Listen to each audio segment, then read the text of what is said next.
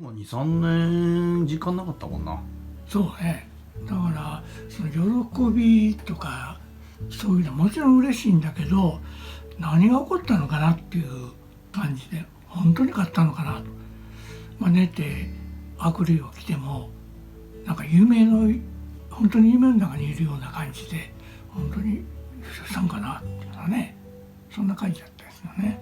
電話だってその簡単にできる状態じゃなかったんで、そのメディアなんかもこの匂いが伝わらないで、後で聞いた話ですけど、その電報で回ったっていうんですよね。当然第一報は電話が入ったんでしょうけど、それから各販売店とかになんか電報を売ったっていうような話を聞いてね、その時代だったんで、こちらもその連絡したいところへは簡単に連絡できなくて、だから実際にその日本に知れ渡ったのはかなりレースが終わって遅れて正美優勝したということだったみたいですね。これスーパーグルーとモリブデンオイル、分かりやすくしてくれてるんですね。これはショックオイルですね。でこれがデフグリス、これはネジロックかブラックグリスですね。すごいいろいろ入ってるね。だからこれショックオイルも2種類あるということは前後で買えるのかな。ドリルまで入ってますよ。それ 3.2 やったりして。3でしょうこれはね。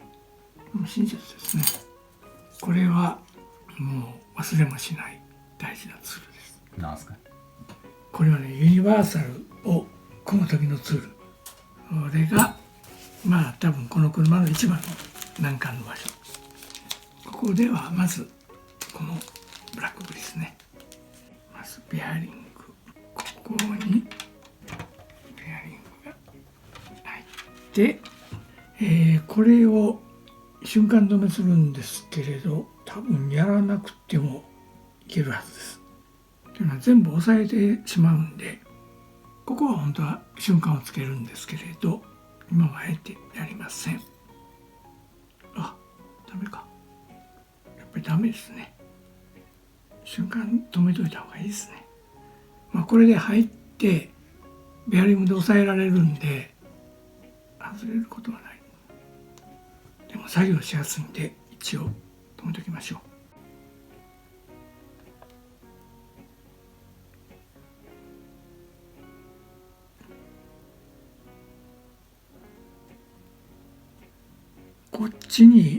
こっち側からやるとどうしてもこのプーリーにかかってしまうんで、後ろからやった方がいいと思う。であんまり出っ張ってくると今度ベアリングが入らなくなるんで、これは外れることはないんでこんな程度でいいでしょう。あとはこの溝に入ってベアリングに入る。その前にこれですね、スラスト、ここにボールが入るわけですね。なんか手とかね、難しさ。これね、いいよね、そういうピンセットが。ちょっと素手ではね、無理よね。つかみにくいと思うんでね。ボールだけ入れて、あとは用紙でね、どっちでもいい。どっちでも、こういう方法も一つ。それで例えば手でやりたい人は手でちょっと押さえればパチッと入るんで、どっちでもいい。この爪楊枝でちょっと塗ってあげると、それでこれが入ってこれが入って、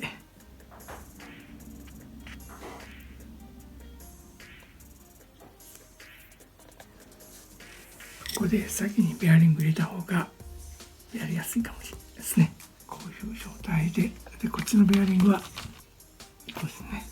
でこれがスラストでこう反転するようになるんですね。これがここへ入りますと、それでステップ6終了です。またやらかしてしまいました。どうしたの？こっちです。向きがね、この先にデフがつくんですね。あ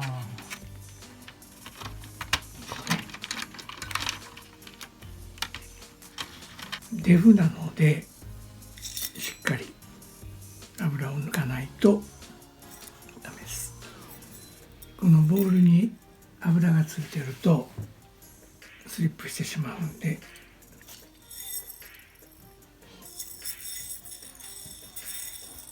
溝の入ってる方がこっちに溝があるんで奥になるんで、シリコンはスリップしない方ですね。白いの。白いのはね。でグリスはブラックはいわゆる潤滑なんで性格的には全く反対。これ逆にするとデフが全然効かなくなってスリップしてしまうんで、さっきと同じようにピンセットでいくか。どっちが楽？私はピンセットの方が、はあ、ちっちゃいっていうか細かい作業。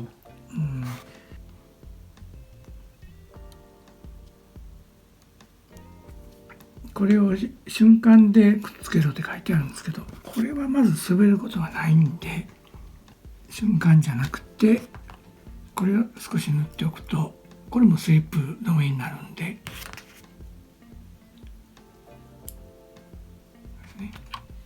でこれもピンが穴がどこかに穴があるということはもっと深く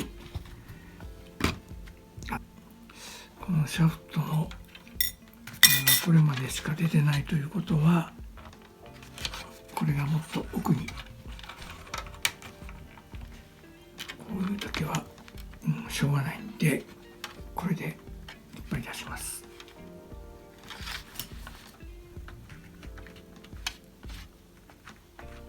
ここの部分にこのオスメスでこう噛み上げるようになるんですけど、これが硬くて入りきらない。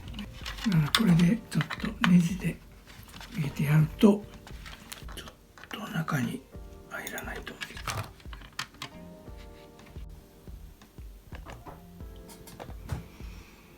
無理やりはめ込んだ。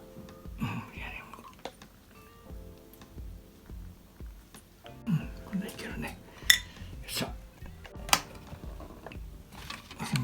90度ずらして。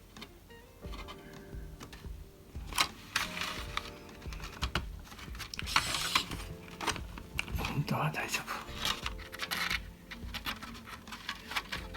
結局樹脂にベアリングを入れるんで硬いんですよね。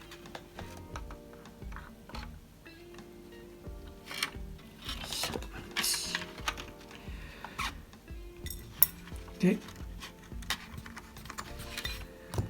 これがここでデフになるのね。今度まだデフが出てくるんですよ。今度はリアデフね。この辺のここのデフとリアのデフと、いわゆる駆動系の要ですね。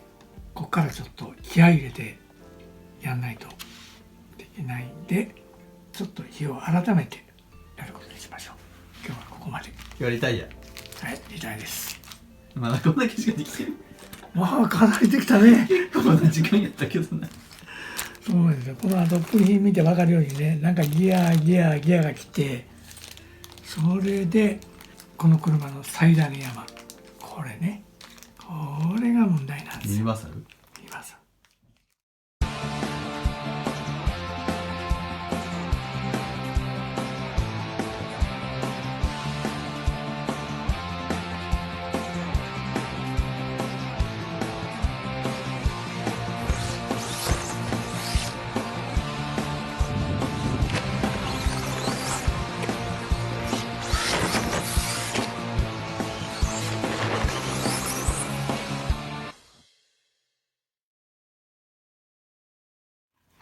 ステップ8、この車の心臓部ともいえる駆動系のリアデフですね。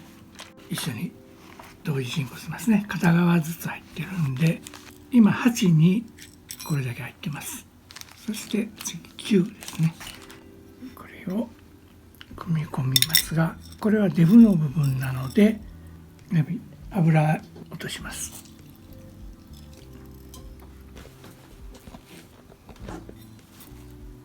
デフルーブの方ですね。説明書では瞬間でくっつけるというようになってますけれど、私は好きじゃないんで、瞬間にくっつけると今度次リングを変える時にこの土台まで変えないといけなくなるんで、ここにも少しデフルーブを塗ってやると滑りません。はめる時にも落ちないんで、ね、まずこれをくっつけます。こういうようにつくんですけれど、ここにナットを入れないと、これですね、これを忘れると大変なことになるんで、まず簡単な方法としてこれにはめて、そしてこれをちょっと引っ張ってこの中に合わせます。そうするともうこれ落ちないんで、この作業をやっとかないと後でこれを入れるの大変。ここにジョイントがプラスが入りますから、それを入れてからこのナットはもうちょっと入れるのが難しいんで、常にナットを先に入れておくと。でこれにベアリングが入って、これで片側ですね、この溝とこの溝が合いますんでね。このボールデフのルーブはオフロードの場合は特にちょっと多いめに入れておいてもいいと思います。反対の方に行ってここにシャフトが通るわけですけれど、ちょっと山形になったこういうようになってますね。この山の方を上にしてワッシャーをシャフトに入れます。これにはね諸説ありまして、この山をいわゆるこういうようにする方法とこういうようにするのね、こちらが正解らしいです。同じ方向に入れると、それでこのまずスラストが入るわけですね。スラストが入って、スラストのボールですね、こちらの方は今度はブラックグリスですね。これって結構重要です。このスラストが結構小さいんで、しっかり入れておいてやらないと、よくデフが硬くなってうまくいかないって時、これが原因の場合も多いです。スラストボールを入れて浮きを入れると、これが昔の名残、なんとマイナスですね。今度はこちら側からね、こちらもそのままちょっと返りが出てるんかな、これが入ってベアリングを忘れないように入れて、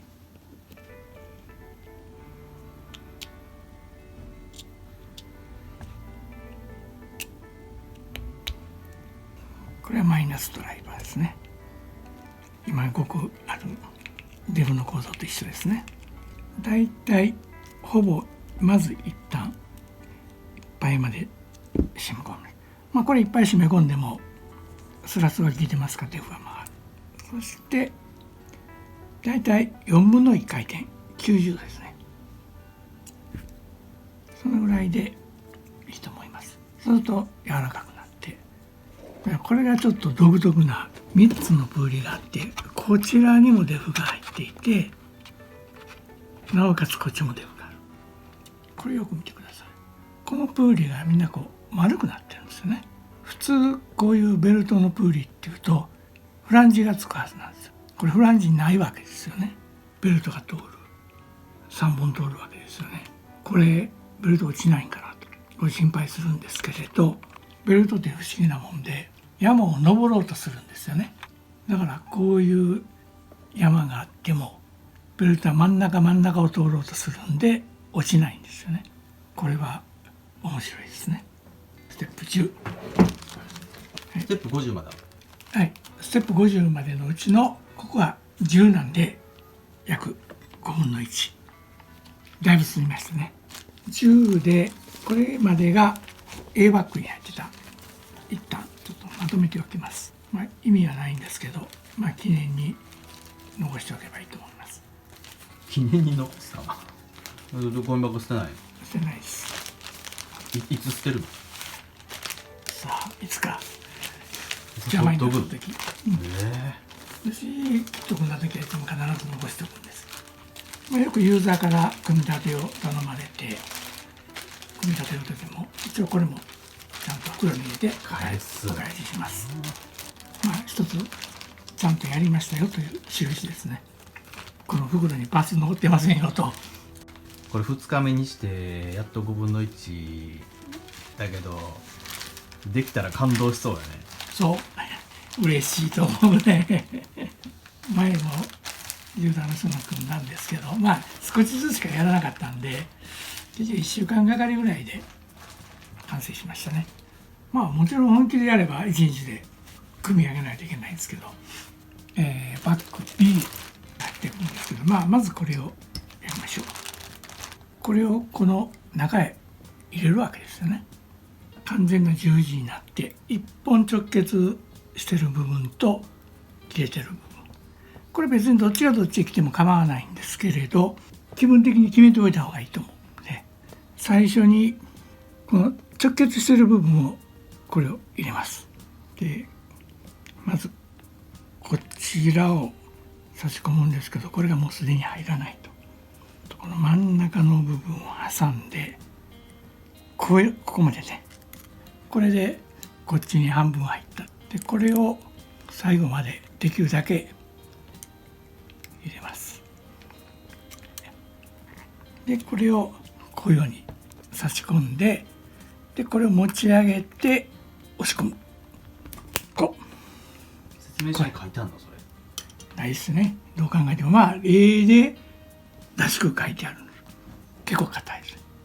慣れるまでに私これ10個ぐらい折ったかな最初。どっちを折ったの？これね、まあこれそっち折るよね無理やり開けるんで、いきなり最初切ってもらった時はこれでもう作業がストップ。これのコツはね、ここ入れるのはさほど難しくない。これをいっぱいまで入れとくことね。できるだけでないとここへこのツールが入らないんで、跳ね返ってくるんで、これを押さえて、ここまで入りゃもう閉めたもんで、これで持ち上げて押す。これちょっと違いますね。これはで抜くと、これはもう慣れるしかないんでね、これをここへ入れないといけない。これも同じようにまず片側に入れる。仕込んでこうして入れると、これね。だから外す時もこれを使うわけですよね。これを差し込んで、外すとは比較的簡単なんで、ただこれを差し込んで、そしてこれをこじって外すんですから、その時にこれ折れるんだよね。これがたくさんあるんですよね。考えていたこれでしょ。1234567 8箇所。これが終われば半分終わったみたいなもんですよね。まず片側を入れる。でこれを通す。これと慣れてきたね。もう慣れたら入るんですよ。このようにレブの調整ね。このマイナスのところにアレンキーを差し込んで、これでレブの調整をすると。いっぱい締め込んで45度ぐらいにやる。この時に気をつけていかないのは、ベアリングはもう入ってないといけないんで、ベアリング忘れたってなってまたばらさないで。